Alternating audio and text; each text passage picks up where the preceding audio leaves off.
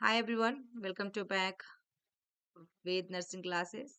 Dear ANM का paper हम लोग सॉल्व कर रहे थे, राजस्थान का पेपर। तो जिनका भी एग्जाम अभी रिसेंट में होने वाले एनएम का, उनके लिए तो इम्पोर्टेंट है ही है, साथ में राजस्थान वाले के लिए है। और एनएचएम झारखंड भी वैकेंसी निकालने वाली है, जो कि नोटिफिकेशन आ चुका है। बट वैकेंसी कब आएगी? जल्दी ही आएगी डियर, न्यू ईयर्स में आपको खुशखबरी मिलने वाले हैं, तो आप लोग भी फॉर्म फिल कर सकते हैं। और बाद बाकी जिन स्टेट में वैकेंसी आ रखी है एनएम की, तो उनके लिए है इम्पोर्टेंट। ठीक है, तो आइए मैं स्टार्ट करती हूँ। ये क्वेश्चन आपके लिए दिया गया था, शिशु जन्म के कितने समय पश्चात ब्रेस्ट फीडिंग शुरू कर देनी चाहिए। तो इसका राइट आंसर आपका ऑप्शन डी होता, कि जितना जल्दी हो सके। ठीक है ना? अदरवाइज आपका ये ऑप्शन में ना रहता डियर, तो आधे घंटे के बाद तुरंत हम लोग नॉर्मल डिलीवरी में, और सिजेरियन में क्या करते 4 घंटे 4 घंटे के बाद। ठीक है ना? आधे घंटे के भीतर और 4 घंटे के भीतर, या फिर 4 घंटे के बाद उसमें सिजेरियन में 4 आवर्स। ठीक है ना? इसमें हाफ एन आवर। ठीक है। बट यहाँ ये ऑप्शन दे दिया था कि जितना जल्दी हो सके, तो इसमें राइट आंसर डी जाएगा। नेक्स्ट क्वेश्चन है, 0 से 5 साल तक के बच्चों को विटामिन ए की कितनी खुराक देते हैं। अब यहाँ 5 साल दिया हुआ है। आपके जो ये सब बनाते होंगे डियर, आप लोग यदि एएनएम का काम कर रहे होंगे, तो 59 मंथ्स उसमें रहता है। तो इसमें राइट आंसर क्या होगा? टोटल डोज जो होता है विटामिन ए का कितना होता है? 9 होता है। और ये विटामिन ए सॉल्यूशन कब दी जाती है? मिजल्स वैक्सीन के साथ में पिलाई जाती है बच्चों को, जो कि 9 मंथ में पिलाई जाती है। मिजल्स का वैक्सीन 9 मंथ में दिया जाता है डियर। मिजल्स वैक्सीन जो होते हैं, वो आपका सबकुटेनियस दिया जाता है, उससे भी क्वेश्चन आता है। और आपका जो विटामिन ए का सॉल्यूशन जो है, एवरी 6 मंथ में दिए जाते हैं। हमारा फर्स्ट में आपका कितना यूनिट दिया जाता है? 1 लाख इंटरनेशनल यूनिट, देन उसके बाद 2 लाख इंटरनेशनल यूनिट देते हैं हम 59 मंथ तक। जो टोटल डोज आपका कितना होता है? 9 होता है। ठीक है। नेक्स्ट क्वेश्चन में गर्भाशय के इन्वॉल्यूशन से आशा है, तो गर्भाशय का मूल्यांकन, या गर्भाशय का ओव्यूलेशन, या फिर गर्भाशय का अपनी सामान्य अवस्था में वापस आना, या उपरोक्त में से कोई नहीं।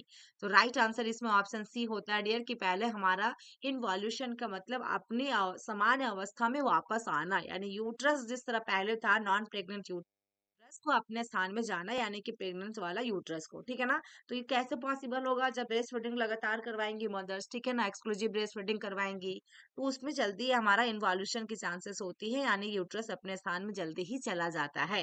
ठीक है, तो राइट आंसर क्या होगा? समान अवस्था में वापस आना। ठीक है। और नॉन प्रेग्नेंट यूट्रस का ग्राम कितना होता है? 65 है ना, 65 to 65, 60 to 65। और आपका प्रेग्नेंट वाला के 900 to 1000। तो ये भी याद रखना है डियर आप लोगों को। ठीक है, ये भी क्वेश्चन बहुत बार पूछा है। भार। नेक्स्ट क्वेश्चन, गर्भावस्था के दौरान महिला द्वारा प्रतिदिन ली जाने वाली अतिरिक्त किलो कैलोरी की मात्रा है। गर्भावस्था यानी प्रेगनेंसी के दौरान पूछा है। तो इसमें आपका देखिए 300 दिया हुआ, लेकिन 350 होता है डियर यहाँ पे। आपके ऑप्शन में रहा तो, और 300 रहा तो राइट आंसर 300 होगा। और यदि आपका लैक्टेशन यानी ब्रेस्ट फीडिंग मदर के बारे में पूछे, तो 550 होता है। कितना होता है? 550 होता है, जो माता दूध पिला रही है। ठीक है। नेक्स्ट क्वेश्चन देखिएगा, लाइव वैक्सीन का उदाहरण है। लाइव वैक्सीन हमारा मिजल्स, ओपीवी, बीसीजी, उपरोक्त में से सभी, यानी ओपीवी है, मिजल्स भी है, और बीसीजी भी है। इस सभी के सभी क्या है डियर? लाइव वैक्सीन है। तो राइट आंसर इसमें क्या जाएगा? डी जाएगा। नेक्स्ट क्वेश्चन देखिएगा, प्री एक्लेम्सिया का लक्षण है, तो पैरों पर सूजन, उच्च रक्तचाप, या पेशाब में प्रोटीन की उपस्थिति, या उपरोक्त में से सभी। तो राइट आंसर इसमें सभी होगा डियर। प्री एक्लेम्सिया के बाद क्या होता है? एक्लेम्सिया होता है। तो प्री एक्लेम्सिया के कैरेक्टरिस्टिक्स यहाँ पूछा, लक्षण यहाँ पूछा है, तो एडिमा होगा ही डियर। हाइपरटेंशन भी होती है, और प्रोटीन यूरिया भी बढ़ता है डियर। ठीक है, तो सभी होंगे। लेकिन आपका एक्लेम्सिया का पूछेगा, तो एक्लेम्सिया में आपका क्या होता है? कन्वर्जन होता है। उसकी कैरेक्टरिस्टिक्स क्या होती है? कन्वर्जन होती है। ठीक है। नेक्स्ट क्वेश्चन देखते हैं डियर, टैब में जो प्रोस्टोल की खुराक होती है, कितनी होती है? 200 ग्राम, 600 ग्राम, 600 माइक्रोग्राम, या फिर देखिएगा 600 माइक्रो आपका ग्राम यहाँ पे भी दिया गया है। तो इसमें से राइट आंसर जो होगा डियर, आपका ऑप्शन डी जाएगा। यहाँ पे एमजी है, मिलीग्राम है, सॉरी यहाँ पे माइक्रोग्राम है। ठीक है ना? तो ये आपका ग्राम है। ठीक है, इसमें मिलीग्राम है। तो इसमें राइट आंसर कौन सा जा रहा है? डी जा रहा है, माइक्रोग्राम वाला होगा राइट। क्योंकि दो तरह से यहाँ क्वेश्चन आया डियर, 600 mg और 600 m और जी यहाँ भी है, लेकिन माइक्रोग्राम यहाँ पे लिख दिया है। नेक्स्ट क्वेश्चन देखिएगा कि श्वासनली में सी सेप कार्टिलेज का प्रकार है, तो कॉस्टल कार्टिलेज, या हाइलन कार्टिलेज, या फाइब्रो कार्टिलेज, या इलास्टिक कार्टिलेज। तो सी सेप कार्टिलेज का प्रकार है, तो राइट आंसर ऑप्शन बी होगा, हाइलिन कार्टिलेज। ठीक है। नेक्स्ट क्वेश्चन, औषधीय गर्भपात में किस औषधि का उपयोग किया जाता है? औषधीय गर्भपात में किस औषधि का उपयोग किया जाता है? ऑप्शन ए में देखिएगा मिफेप्रोस्टोन तथा मिजोप्रोस्टोल, बी में है मिफेप्रोस्टोन, सी में है क्लोमिफेन तथा मिजोप्रोस्टोल और डी में है उपरोक्त में से सभी।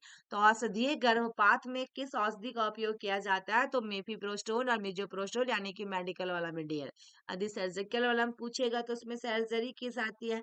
यहाँ पे मेडिसिन से रिलेटेड पूछा, औषधि से रिलेटेड पूछा तो मिजोप्रोस्टोल और हम लोग मिफीप्रोस्टोन देते हैं। नेक्स्ट क्वेश्चन, वह अंग जो माता एवं गर्भस्थ शिशु के जोड़ने का काम करता है? एमनियोटिक फ्लूइड, अम्बिलिकल कोर्ड या प्लेसेंटा या फिर डेसिडुआ? तो इसमें डियर राइट आंसर क्या होगा? ऑप्शन सी होगा प्लेसेंटा। नेक्स्ट क्वेश्चन, प्रोटीन का अच्छा स्रोत है अंडा, केला, पालक, आलू। तो प्रोटीन का अच्छा स्रोत कौन सा है डियर? अंडा है, ठीक है। नेक्स्ट देखिएगा, भारत देश में मृत्यु का पंजीकरण कितने दिन में करवाना होता है? भारत देश में, ठीक है, इंडिया की बात कर रहा है। तो राइट आंसर क्या होगा डियर? इसमें देखिए, मृत्यु का पंजीकरण कितने दिन में करवाना होता है? तो ऑप्शन सी होगा 7 डेज में। और यदि यहाँ पे जन्म की बात करेगा डियर तो 14 डेज। टोटल मिला के कितना होता है डियर रजिस्ट्रेशन आपका? 21 डेज, ठीक है। यही आपका 21 डेज है, 14 + 7 ये चीज है। तो 14 आपका लाइफ वाला है डियर, डेथ वाला आपका 7 होगा, ठीक है। नेक्स्ट क्वेश्चन, जन्म के समय बीसीजी कितनी मात्रा में देनी चाहिए? जन्म के समय बीसीजी हमारा 0.05 ml देते हैं, यानी कि मिलीलीटर देते हैं। ये चीज बहुत इंपॉर्टेंट है। बीसीजी का फुल फॉर्म पहला, बीसीजी कितने देते हैं दूसरा, बीसीजी कितने दिन तक देते हैं 1 साल के अंदर, यानी कि बच्चा का बर्थडे जिस रात में है 12 बजे से पहले आपको देना है। देन उसके बाद डियर इसको कौन से रूट में देते हैं, कौन से साइट में देते हैं? तो इंटरडर्मल देते हैं डियर, लेफ्ट अपर आर्म में देते हैं, बाएं हाथ में देते हैं डियर, ठीक है। और बीसीजी किसके अगेंस्ट में देते हैं? ट्यूबरक्लोसिस के अगेंस्ट में देते हैं, टीबी के अगेंस्ट में देते हैं। जो अभी ट्यूबरक्लोसिस में प्रोग्राम भी चला रही है, 100 डेज प्रोग्राम कैंपियन चल रहा है, ठीक है ना।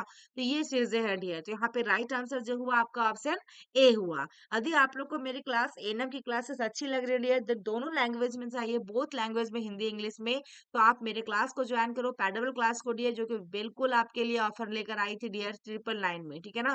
तो आपने कॉल करो, आप देखो नंबर दिया रहता है डियर फ्रंट में ही, उस नंबर पे बात करो, आप ज्वाइन करो क्लास को। यदि एनएम आपको डेफिनेटली निकालना है, एनएचएम एनएम या परमानेंट एनएम भी, तो आप डेफिनेटली क्लास को ज्वाइन कीजिए।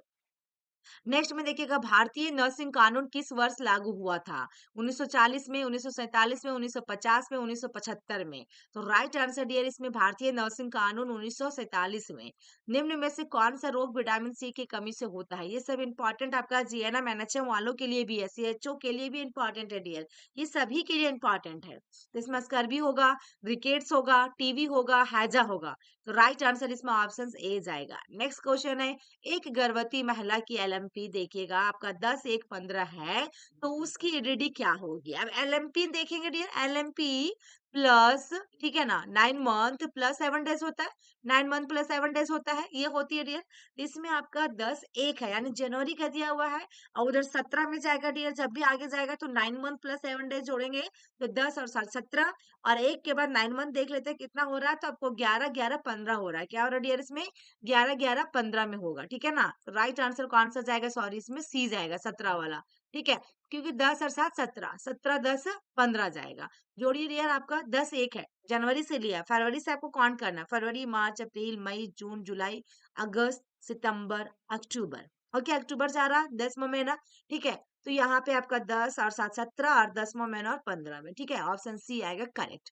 Next question, simplified partograph cervix के कितने सेंटीमीटर डायलेटेशन होने पर भरना शुरू किया जाता है? देखिए, ये क्वेश्चन सभी नर्सिंग ऑफिसर में पूछा है डियर।